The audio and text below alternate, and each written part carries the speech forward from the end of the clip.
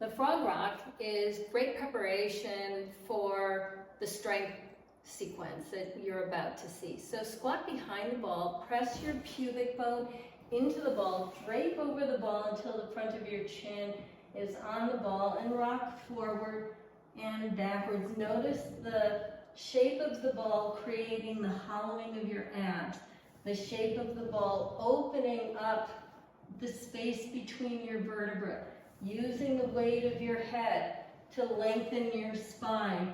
In the squat, your pelvic floor lengthens and rebounds. Keep your pubic bone on the ball. Notice that all 10 toes have equal pressure on them. Make sure that you're not squeezing the inside of your thighs into the ball. You're cushioning with your hands, wrists, elbows, shoulders, and the shoulder blades glide on your rib cage. And then when you rock back, your toes, feet, ankles, knees, and hips cushion. Right, the next thing is squat into overhead reach. Now, if your spine's not accustomed to mobility exercises, then we're going to take it slow. So you're going to sit on top of the ball, walk forward into a squat. Your feet are straight ahead, hip distance apart, parallel to one another. Press your feet into the floor, driving your thigh bones into your hip sockets, pressing your sacrum into the ball. Support your head, elbows wide, straighten your legs, rolling backwards over the ball. Elbows stay wide. Now, inch your feet towards the ball until your sacrum, the base of your spine, is resting on the top of the ball, where you notice that most of your weight is on your sacrum. Then straighten, then bend and straighten. And notice in this position a gentle tug of your lower abdominals on their attachment to the pubic bones, and that fascial attachment also goes from your pubic bone all the way up your sternum to your pecs. It's also continuous with the front of your neck. Keep your sacrum on the ball. Notice that when your legs are straight, the lengthening that you're getting in your hip flexors. Now, hollow your abs to bend your knees, and that has to be your lower abs, and straighten and hollow and straighten. So after you've done the warm-up, you can go into holding a bell.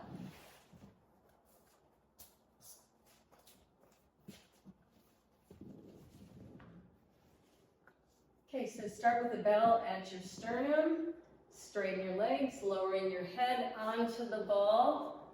And we'll just do a few with the bell at your sternum. So squat and straighten and squat. Now straighten your legs, reach your arm overhead with the bell following the front of your face, then hollow your abs, exhale, bending your knees and your elbows, bringing the bell to your chest, and straighten. Now you can progress this by continuing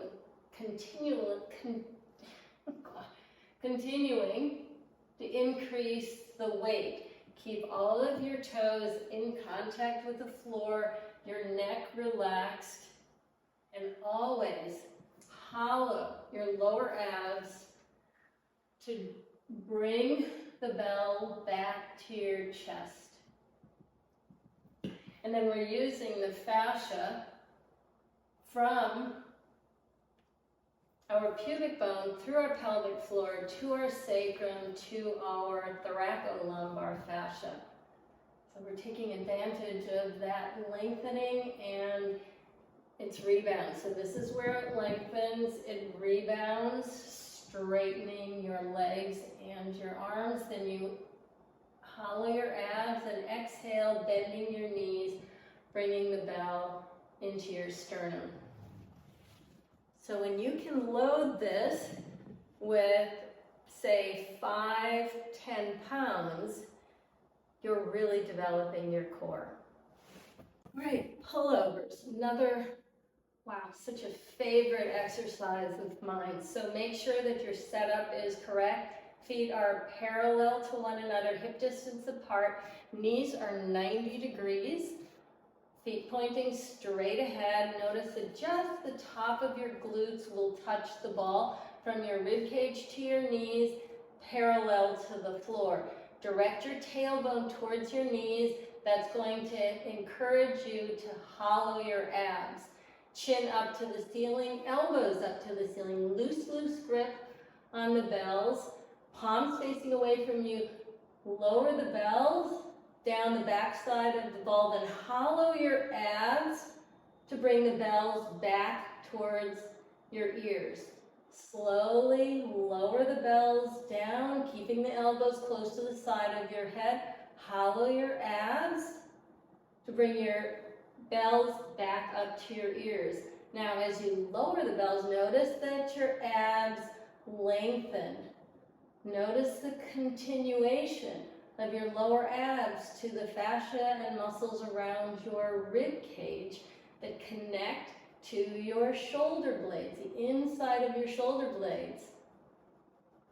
So this exercise translates into strength in your shoulders and your arms.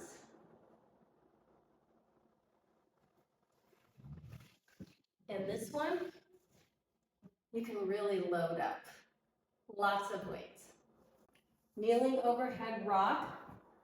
All right, so this is a core exercise that when you master is going to result in more strength in your extremities. Now, you can also load a plate on your back. Now, your hands are at the equator of the ball. Your arms are straight at the side of your head, shoulder width apart. Knees are together, back is flat. And you're going to rock forward and backwards, but the tension from your tailbone to your fingertips and to the top of your head remains taut through the whole exercise. That doesn't change. But you hollow your abs to rock back, and then your pelvic floor rebounds, propelling you forward. Then you hollow your abs to rock back, rebound of your pelvic floor and thoracolumbar fascia direct you forward. If you're feeling this in your shoulders, your abs aren't strong enough. Or there might be something that's interfering with your abs being optimal, which could be tightness in your low back, tightness in your hips, tightness in your, especially your hip flexors.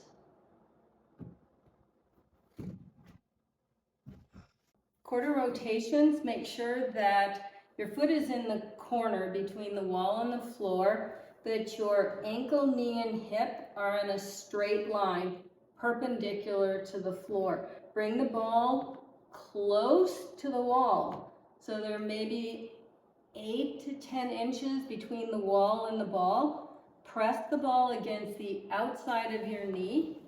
Set your hip on the ball. I'm going to hold a bell or a weight behind my head. Reach over the ball, lower down, pop up, and twist. And reach. And lower, pop up, and twist. So the benefit of this exercise, so you keep loading weight behind your neck, is you're getting rotational movements, you're getting the spinal lengthening, and all of that contributes to full body strength. I ask you, why do you do an ordinary lunge when you can do this kind of lunge? All right, so just the top of your foot and toes are on the top front of the ball. Foot is on a slant board or on the floor or on a Bosu ball. Hold a bell or a weight overhead and shuttle back. Most of your weight is on the back leg. Then push your foot in to propel you up and forward. Your core is going to be engaged. It's going to make you strong. Load as much weight as you can in your hands overhead. Now you can make it more difficult by shuttling back and arching back. Make sure you're not going into your low back. And then hollow your abs, lift your torso, press your back foot into the ball to bring you upright and forward.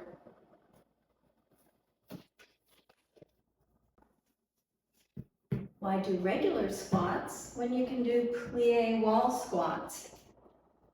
Put the ball on the wall. Your hip sockets are lined up with the equator of the ball. Turn your feet out, take them 1.5 hip distance apart. Your spine is flat and parallel to the floor. The top of your head is directed up to the ceiling, and slowly lower yourself down, and then hollow your abs, lift your torso to straighten your legs. Maintain as much lift as you can through the whole exercise, even as you lower down.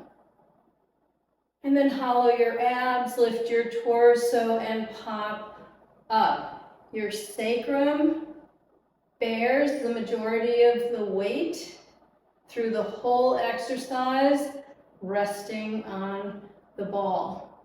So think about this as a core exercise rather than a leg exercise. Use your feet.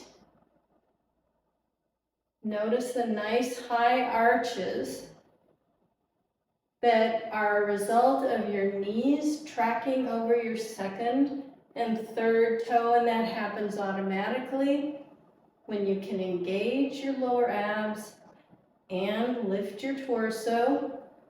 You also bring your pelvic floor in, which is vital for strength, power, and explosiveness.